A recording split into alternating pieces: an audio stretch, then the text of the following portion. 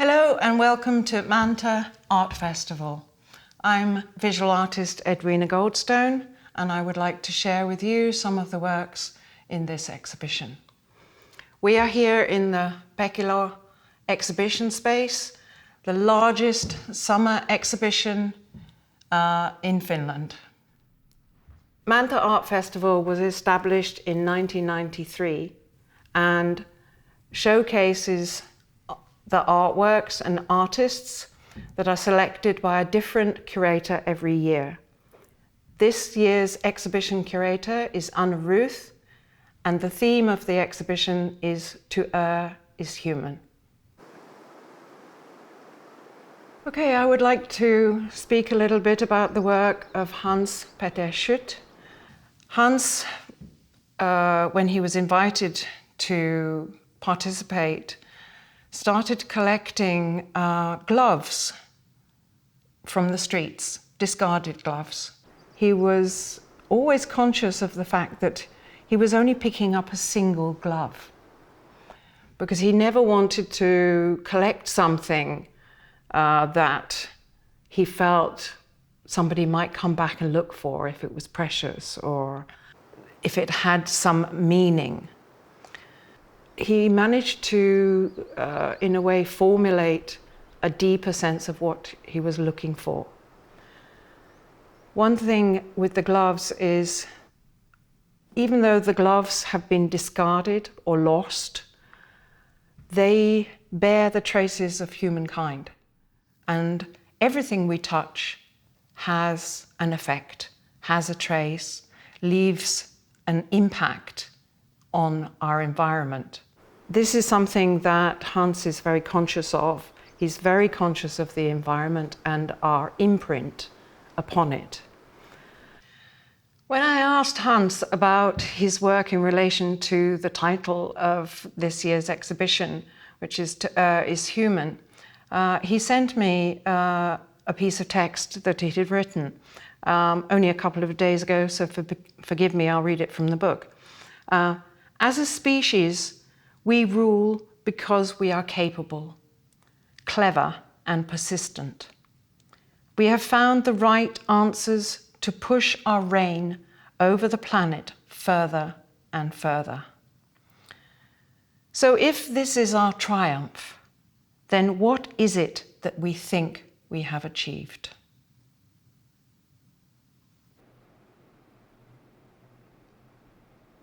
Hanna's known for incorporating archive material in her work. And I think with Hanna's work, the thing that comes across most is what is not there. It's the spaces in between, it's the gaps. In her work, she uses postcards, a series of postcards that some of which are empty, unwritten, unsent. And one's left thinking, what will become of them? Where were they going? Or who were they intended for? Something that springs to mind when I look at her work, because she has used this mobile, hanging mobile included in her work. A term that comes to mind is everything is hanging in the balance.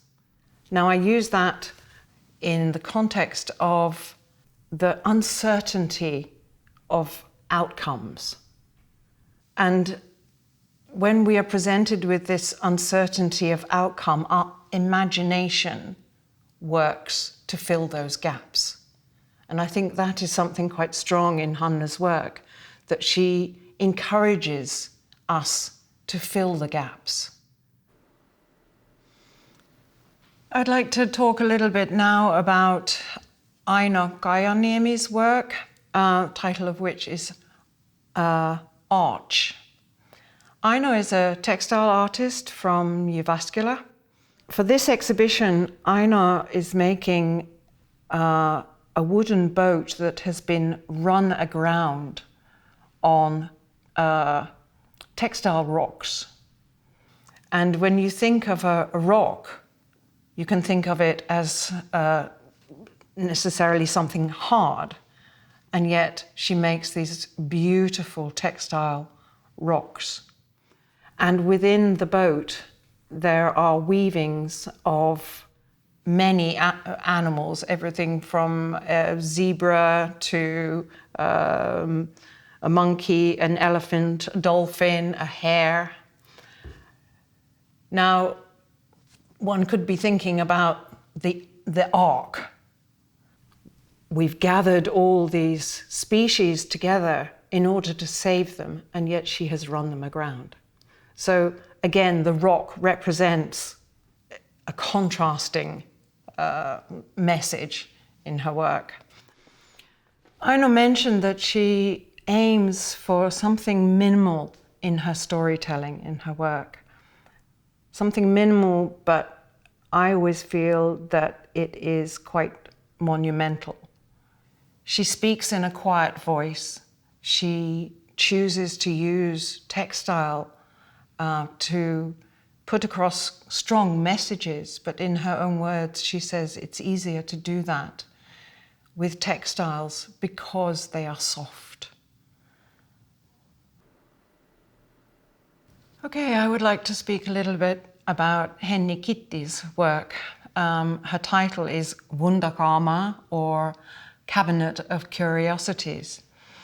Henni is a visual artist, but also, I would say, a scientist, researcher, and also a writer. She said while she was working on a series of drawings that she was constantly thinking about not process, but how we sort our knowledge. Where do we get it from? How do we compartmentalize it? The Cabinet of Curiosity is a way of pulling together different artifacts that tell a story. But somehow Henni has pulled together her artifacts, but they're actually drawings, to form a cabinet of curiosities in a way that is imaginary, false, true. Because one thing that happens when we collect our information is that we are dependent on the source from which it comes. And also, we don't always remember where we got our information from. So we create our own reality.